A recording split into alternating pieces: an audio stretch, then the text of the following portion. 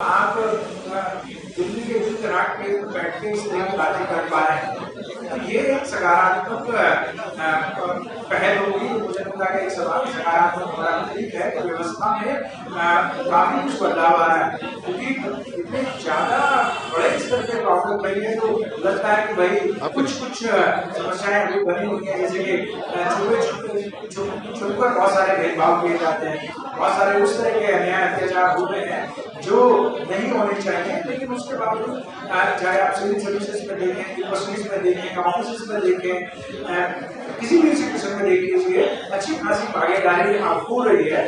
तो ये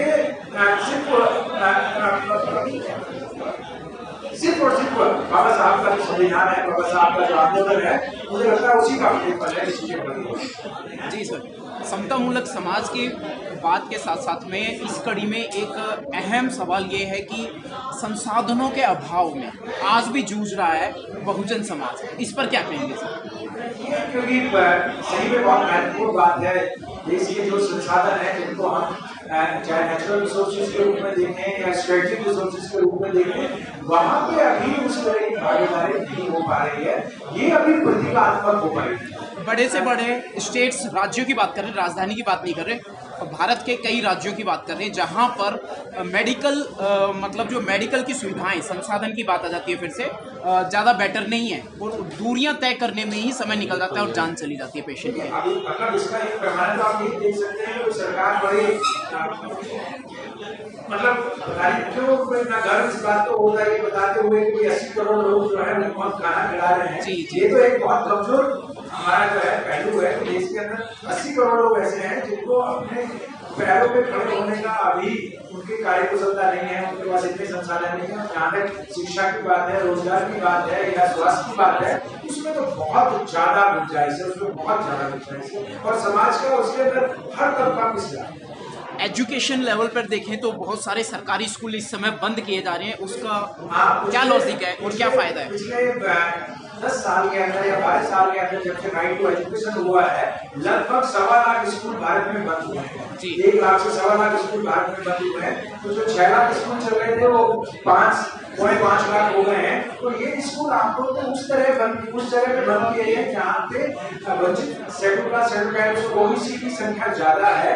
क्यों? क्योंकि वहाँ पे सुविधा नहीं है, वहाँ पे संसाधन नहीं है, वहाँ पे जो है और बच्चों की कमी है और इन स्कूलों को वहाँ से खत्म करके मर्ज कर दिया गया। मतलब जो समस्या पहले थी कि भाई इनको ज्यादा दूर नहीं जाना चाहिए, खासतौर पर जाति पाति क्षेत्रों में नहीं जाना चाहिए, उस जगह पे आपने स्कूलों को बनाया है। प्राइमरी स्तर पर शिक्षा को पूरी तरीके से ध्वस्त करने के बाद अब उच्च शिक्षा में भी बहुत ज्यादा गड़बड़ करने का प्रयास किया जा रहा है, उसको प्राइवेटाइज करने का प्रयास किया जा रहा है। इसका एक नुकसान यह होगा कि यहाँ पे आप इतने लोगों को देख रहे हैं जो शिक्षित हो पाए, सरकारी शिक्षा से ज्यादातर लोग यहाँ पे आ पाए हैं, उनके लिए थोड़ी सी नहीं सर, ये तो पूरा हम डीप में मतलब डूबने में जा रहे हैं, माइनस हो रही है। फंडामेंटल क्राइसिस है और अगर शिक्षा को ध्वस्त कर दिया गया तो फिर हो सकता है कि ओवरऑल डिवेल्यूशन। इसका सामाजिक तौर पे, सरकारी तौर पे हल क्या है आगे? समाज कहीं ना कहीं खुद जिम्मेदार है इस चीज के लिए। किस तरह की रेस्पॉन्सिबल लीडरशिप आपको चाहिए, किस तरह की रेस्पॉन्सिबल गवर्नमेंट आपको चाहिए, किस तरह की खुद की अपनी सामाजिक ताकत को बढ़ाना चाहिए। क्योंकि हर चीज को हम ये नहीं कह सकते कि दूसरा नहीं करना, हर चीज को हम ये नहीं कह सकते कि सरकार नहीं कर रही है, सरकार नहीं कर रही है। लोकतांत्रिक देश में आपकी अपनी खुद की सरकार है, आप जो है रेस्पॉन्सिबिलिटी फिक्स करनी पड़ेगी किसी की। यानी समाज की जिम्मेदारी बनती है, समाज की जिम्मेदारी बनती है कि वो यहाँ पे संस्थाओं का लोकतांत्रिकरण करे और सरकार में भी अपनी बात को मजबूती से रखे। और सरकार अगर उनकी रोजी रोटी की, उनके स्वास्थ्य की, उनकी शिक्षा की व्यवस्था नहीं करेगी तो उसको भी मजबूर करे। सर, जाति और वर्ण की व्यवस्था जब बाबा साहब ने कहा कि इसका भेद होना चाहिए, ख़त्म हो जाना चाहिए, और ख़ास तौर पर अभी हम देख रहे हैं मौजूदा स्थिति जो हमारी है वो बिल्कुल जाति और वर्ण की व्यवस्था पर ही चुनाव लड़ा जा रहा है और जगह जगह हर एक राज्यों में जातिगत जनगणना को भी कराने की मांग जोरों से है। इस पर क्या कुछ कहेंगे, क्योंकि राजनीति शास्त्र के आप ज्ञाता हैं और जानकारी रखते हैं, बताएं। जाति का फायदा उठाने वाले लोग और जाति से लोगों को दबाने वाले लोग, जाति के शिकार लोग और जाति के लाभार्थी लोग। जाति के लाभार्थी लोगों ने जाति व्यवस्था को बनाया, जाति का आधार बना के, और जाति के शिकार लोग हैं वो जाति को आधार बना के जाति को खत्म करना चाहते हैं। तो चाहे वो जनगणना की बात हो या और किसी सरकारी स्कीम की बात हो तो ये जाति को विध्वंस करने की जो लड़ाई है, ये लड़ाई पिछले 100 साल से बहुत मजबूती से बढ़ रही है। बाबा साहब ने 1936 में जो जाति का विध्वंस की किताब लिखी, 2036 तक आते आते इसमें मुकम्मल सफलता हमें मिलनी चाहिए। अभी उस तरीके से चीजें नहीं है जो होनी चाहिए, लेकिन आप देख रहे हैं कि भाई आज की तारीख में जब आप अच्छे से अपनी बात को कह पा रहे हैं, अच्छे से खाना आप खा पा रहे हैं, अच्छे से रह पा रहे हैं, अच्छी सुविधाओं का आप इस्तेमाल कर रहे हैं, कहीं ना कहीं हमें इस चीज को देखना पड़ेगा कि आप खुद अगर चाहें तो जाति को ध्वस्त कर सकते हैं। अगर हम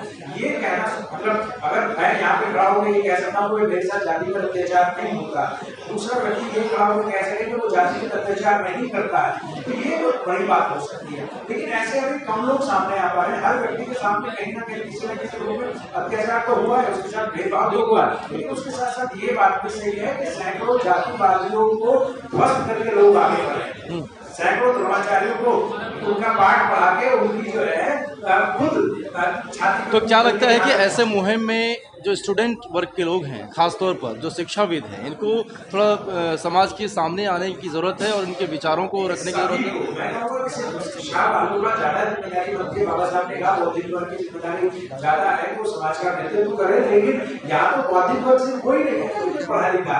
अगर पढ़ा लिखा बौद्धिक वर्ग होता तो यहाँ तो हजारों साल से इसकी व्यवस्था क्यों होती? तो पढ़े लिखे में भी इस तरह की सामाजिक चेतना कैसी है, सामाजिक बिल्कुल ये महत्वपूर्ण है। इसलिए भारत में पे बैक टू सोसाइटी का जो आंदोलन है वो पढ़े लिखे लोगों ने, खासतौर से सरकारी कर्मचारियों ने चलाया, और पिछले 30-40 साल से आप उसका परिणाम भी देख रहे हैं कि सैकड़ों नहीं हजारों लाखों की संख्या में स्कूल्स की, यूनिवर्सिटीज की व्यवस्था की जा रही है समाज के द्वारा।